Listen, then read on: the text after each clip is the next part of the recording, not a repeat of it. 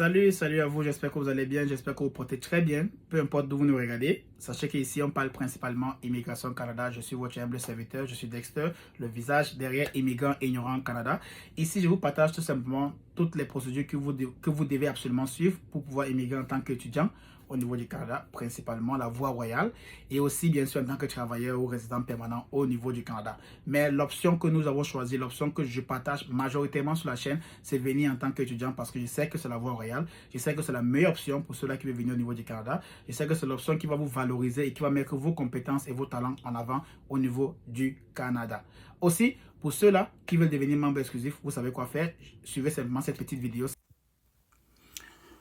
Alors, beaucoup de personnes nous ont demandé comment devenir membre exclusif sur la chaîne Immigrants Ignorants Canada. C'est simple. À chaque fois quand vous allez regarder nos vidéos en ligne, tout simplement, vous avez l'option de cliquer sur merci. Donc chaque fois quand vous allez regarder la vidéo, regardez juste en dessous du nom Immigrants Ignorants Canada, vous allez voir partager, remix, merci. Donc vous allez cliquer sur merci. C'est à partir d'ici que vous allez choisir la tranche d'abonnement que vous allez effectuer en tant que membre exclusif et vous allez juste cliquer sur acheter et envoyer. Et là maintenant, tout ce que vous aurez à faire, c'est quoi? C'est qu'en étant membre exclusif, vous allez bénéficier des directs exclusifs rien que pour vous. Ça veut dire où on invite uniquement les membres exclusifs auxquels ils pourront poser toutes les questions qu'ils veulent. On pourra échanger avec vous. Si vous avez des projets d'immigration pour les membres de la famille qui sont en Afrique, qui veulent venir. Si vous avez par exemple un processus ou bien un programme d'immigration que vous voulez en savoir plus, là on va vous répondre. Ou bien d'autres questions autour de l'immigration Canada, on pourra bien sûr vous répondre par rapport à cela. Et bien évidemment, c'est pas tout. Durant le parcours, bien durant votre procédure, cela va juste vous permettre d'éviter de dépenser énormément d'argent, surtout des millions, si vous devez aller vers les agences d'immigration ou bien des experts en immigration tout simplement. Ce que je vous conseille, si vous avez les moyens là, ou non, sinon, tout simplement, vous pourrez toujours venir pour qu'on puisse vous donner les informations et ça sera aussi un moyen de soutenir la chaîne. Et maintenant, pour ceux qui veulent rejoindre le groupe en tant que membre exclusif, je vais aussi mettre les informations dans la description, vous pouvez nous rejoindre. Surtout, n'hésitez pas à regarder cette vidéo jusqu'à la fin.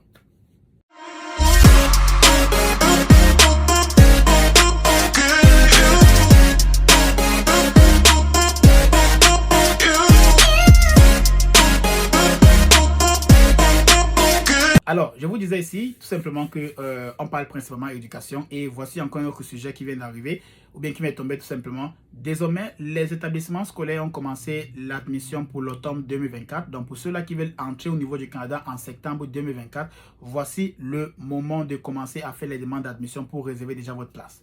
Je vous ai dit ici, principalement, que les options d'admission sont beaucoup plus offertes d'abord aux locaux avant les étudiants étrangers.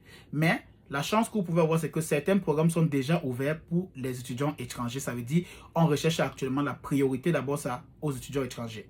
Donc, si vous attendez pratiquement à 4 mois ou à 5 mois de septembre 2024, sachez que vous ne pourrez plus peut-être obtenir une admission pour septembre 2024.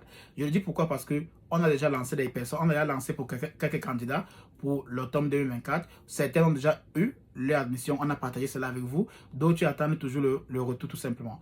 Donc, ne ratez pas l'occasion de pouvoir obtenir votre admission pour septembre 2024 avant même la nouvelle année, tout simplement. Commencez dès maintenant. Mais aujourd'hui, je veux qu'on voit encore quelque chose. On va voir quelques étapes à suivre avant de lancer sa demande d'admission. Alors, la première des choses que vous devez d'abord regarder sur vous, c'est votre baccalauréat. Est-ce que vous avez votre baccalauréat le plus minime? Ça, c'est le minime, tout simplement. Je prends le plus bas. Votre baccalauréat d'abord. Est-ce que vous avez le baccalauréat? Oui. OK. Est-ce que vous avez le diplôme physique avec vous? Si oui, c'est très bien.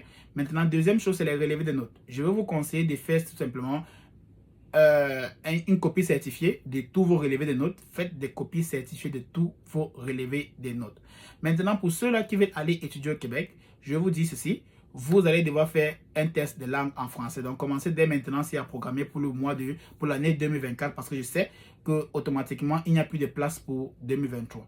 Donc, commencez déjà à programmer pour 2024, tout simplement. Et aussi, faites évaluer votre diplôme parce que vous avez besoin de cela. Et pour étudier au Québec, les deux informations sont très importantes. Évaluez votre diplôme et faites le test de langue, tout simplement. Donc, c'est obligatoire pour ceux-là qui veulent étudier au Québec. Maintenant, pour ceux qui veulent étudier hors du Québec, Tout ce que vous avez besoin, c'est juste les copies certifiées de vos relevés de notes de la classe terminale et votre diplôme de baccalauréat. Maintenant que vous soyez série D, série X, série Y, là, ça vous concerne vous. Le plus important ici, c'est quoi? C'est les notes. Pour chaque programme d'études que vous allez choisir, regardez dans les critères d'admission. Ça veut dire, quand vous allez partir sur le site de l'établissement et que vous allez cliquer sur programme d'études, vous allez voir les différents programmes d'études. Cliquez dessus et lisez la description. Lisez, L-I-S-E-Y-Z. Lisez, tout simplement. Il y a les critères d'admission pour chaque programme. C'est très important. Donc, si vous voyez qu'il y a une critère d'admission qui dit que vous devez avoir les mathématiques X, X, Y, vous devez avoir peut-être que la géographie X, X, X, Y, ça c'est juste des exemples. Alors, vérifiez que dans votre relevé de notes, vous avez les bonnes notes qu'il faut pour ces différentes matières-là. Si vous n'avez pas cela et que peut-être que vos notes sont moyennes ou faibles, alors sachez que ce programme ne sera pas éligible pour vous. C'est un peu comme ça que vous devez regarder ça. Donc, il n'y a vraiment rien de compliqué dans ça. C'est juste que si vous ne prenez pas le temps de lire, vous n'allez rien comprendre. Et vous allez commencer à penser que c'est la sorcellerie. Vous allez commencer à penser que non, peut-être que je suis à la chance, je n'ai pas la chance. Non. Lisez simplement. Pour chaque programme d'études, que ce soit au Québec, que ce soit hors du Québec, prenez le temps de lire exactement qu'est-ce qu'on demande dans les critères d'admissibilité. Est-ce que j'ai les notes qu'il faut pour pouvoir faire la demande d'admission dans ce programme-ci? Si je n'ai pas les notes qu'il faut, ce n'est pas grave. Ça ne veut pas forcément dire que vous ne pouvez pas faire une demande d'admission. Vous pouvez le faire. Mais allez vers d'autres programmes auxquels il n'y a pas une réglementation stricte sur les critères d'admission. Donc là, vous pouvez faire une demande d'admission dans ce programme. Vous allez vous dire, et si le programme, ce n'est pas un programme que vous aimez, vous ne voulez pas faire, ok. Donc, ce que je vous conseille, c'est quoi? C'est de choisir ou bien de chercher dans d'autres collèges. Voilà pourquoi je vous dis, allez pour 2-3 collèges, recherchez les différents programmes d'admission, les programmes d'études. Ensuite, allez dans les critères d'admission, lisez pour comprendre ce qu'ils veulent de chaque candidat. Comme ça, si vous avez ce qu'il faut, faites la demande d'admission. Mais si vous n'avez pas ce qu'il faut, allez pour d'autres programmes d'admission ou bien d'autres programmes d'études. Tout simplement. Donc, j'ai dit, les 2 documents que vous devez avoir pour ceux qui veulent étudier hors du Québec, c'est vos relevés de notes et les copies certifiées des relevés de notes. C'est votre passeport, c'est votre diplôme de baccalauréat. Et bien évidemment, si vous avez aussi votre acte de naissance, c'est très bien aussi de l'avoir, tout simplement. Donc, dès que vous avez cela, vérifiez maintenant la deuxième chose que vous devez faire, c'est quoi? Vérifiez les différents programmes d'études et les critères d'admission dans ces programmes d'études-là. Si vous avez les notes qu'il faut par rapport à cela, parce que chaque province a des critères d'admission dans un programme d'études.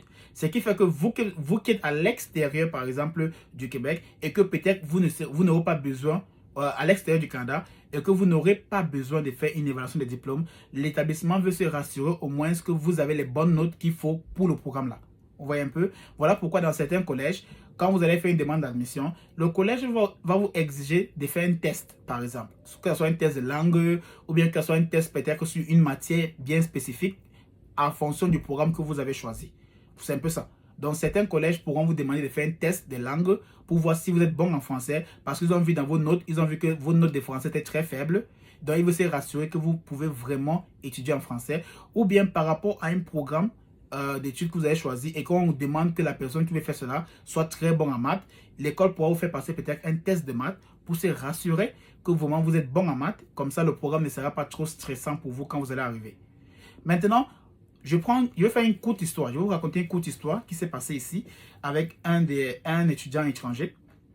C'était un Africain. Alors, beaucoup plus du Nigeria.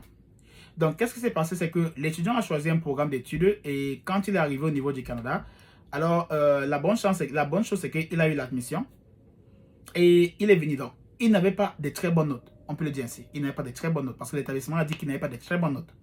Donc, qu'est-ce qui s'est passé? C'est que il est venu, il a commencé le programme, le premier semestre, et apparemment, il s'est plaigné déjà avec sa famille, s'il y a des choses. Et il est parti voir son conseiller en éducation dans l'établissement et qui lui fait comprendre que, écoute, le programme, c'est que moi j'ai fait là, vraiment, je suis perdu, je ne comprends rien.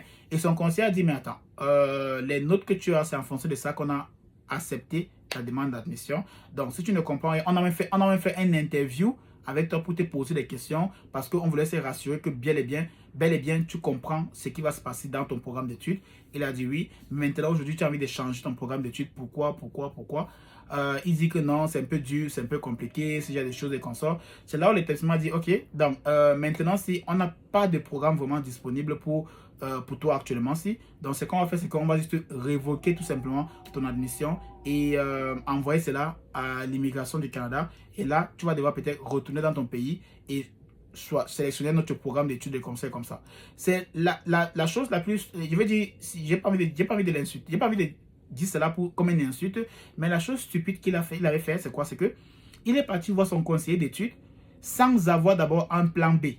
Ça veut dire, faire d'abord une demande d'admission dans d'autres collèges. Donc il est parti les voir pensant que non, il va parler et puis ils vont changer d'avis, ils vont donner un autre programme. On les fait comprendre qu'il n'y a plus d'autre programme. Ils vont révoquer son admission, envoyer à l'immigration et on lui demande de quitter le pays, retourner dans son pays au Nigeria. Et à partir de là, il pourra faire une autre demande dans un autre collège.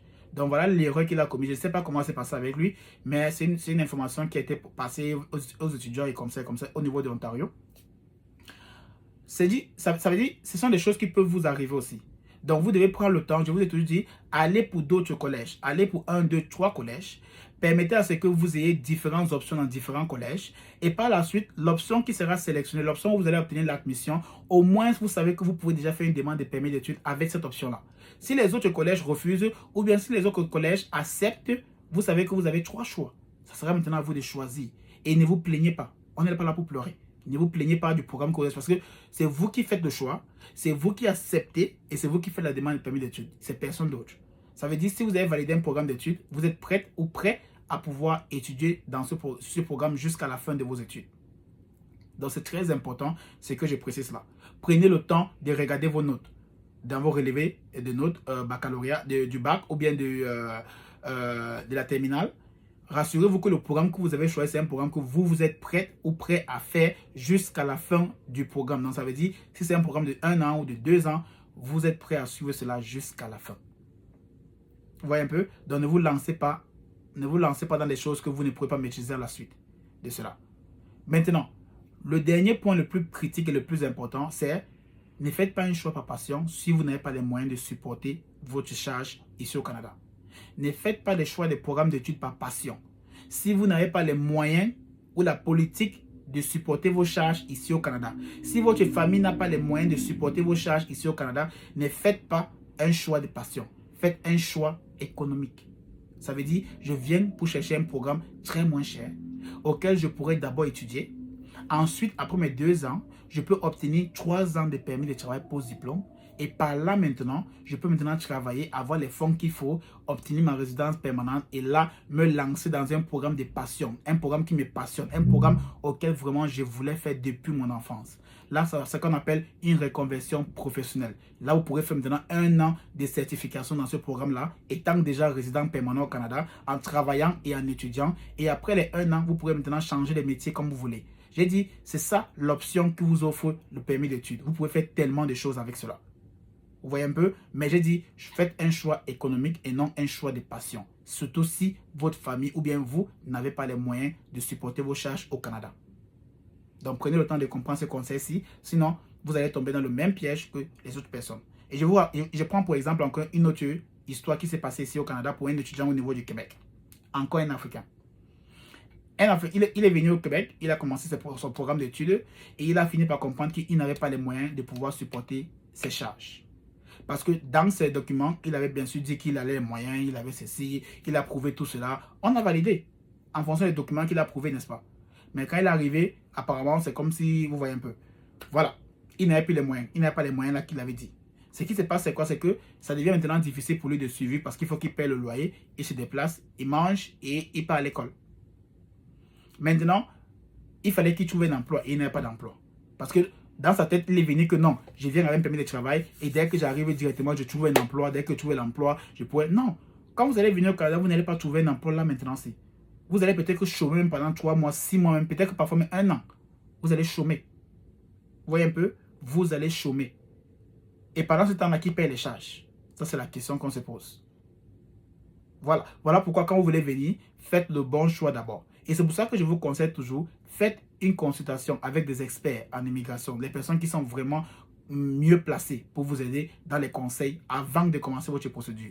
Faites une consultation, faites l'évaluation de votre profil. Les personnes qui sont là pourront vous dire exactement ce qui est bon pour vous, quel type de collège vous pouvez avoir. Et c'est aussi le but de cette chaîne-ci, où on vous partage les différents collèges. On fait des conférences même avec ces collèges en ligne sur YouTube. Ils viennent causer avec vous, ils viennent répondre à vos questions. Ils vous disent comment la vie se passe ici, là, comment la vie se passe dans leur province, où le collège est situé. Tout cela, c'est juste pour vous aider. Tout cela, c'est juste pour mieux vous orienter. Vous voyez un peu, comme ça, vous allez faire les bons choix, tout simplement. Alors, si vous recherchez tout simplement des conseils, vous recherchez tout simplement une consultation pour faire votre évaluation de profil, pour pouvoir vous dire exactement les bons choix des programmes que vous devez faire en fonction des diplômes que vous avez, en fonction des relevés de notes que vous avez, en fonction des moyens que vous avez aussi. Alors, vous pouvez simplement m'écrire dans l'adresse courriel qui sera dans la description. Je pourrais juste voir ce que vous avez et je pourrais vous dire exactement quel est le bon choix pour vous pour les études au niveau du Canada. Sinon, on se voit bientôt pour une prochaine vidéo.